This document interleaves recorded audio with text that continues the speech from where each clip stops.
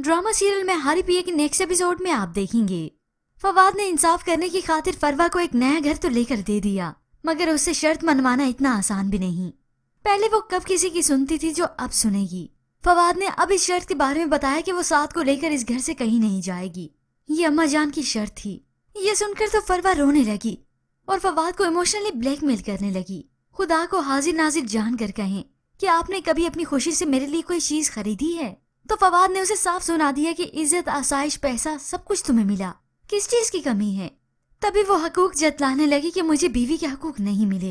ये सब सुनकर तो फवाद चकरा कर रह गया। वो सोच में पड़ गया कि अब मैंने अपनी बीवी के हकूक पूरे नहीं किए। अब गुस्से में आकर घर से तो वो चला गया। जिसके बाद फरवा ने फिर अपनी सास को दिन में तारे दिखा दिए। जब उन्हें इस मामले की खबर हुई तो वो गुस्से में आकर फरवा से कहती हैं, तुम साथ को लेकर कहीं नहीं जाओगी।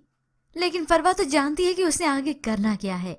आप मुझे इस घर में बहू बनाकर लाई हैं, गुलाम या नौकरानी नहीं।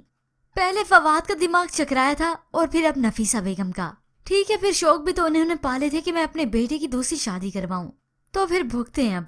और फिर फवाद कंफ्यूज होकर एक मौलाना के पास चला गया। तभी उन्होंने बताया कि दोनों बीवियों को बराबर के हकूक देने चाहिए, ये तुम पर लाजिम है। फवाद तो शुरू से लेकर अब तक सारे हकूक पूरे करते आया, मगर जब उसका दिल ही सारा की तरफ माइल है तो फिर इसका मतलब ये हरगिज नहीं कि वो अपने सारे हकूक पूरे नहीं कर रहा।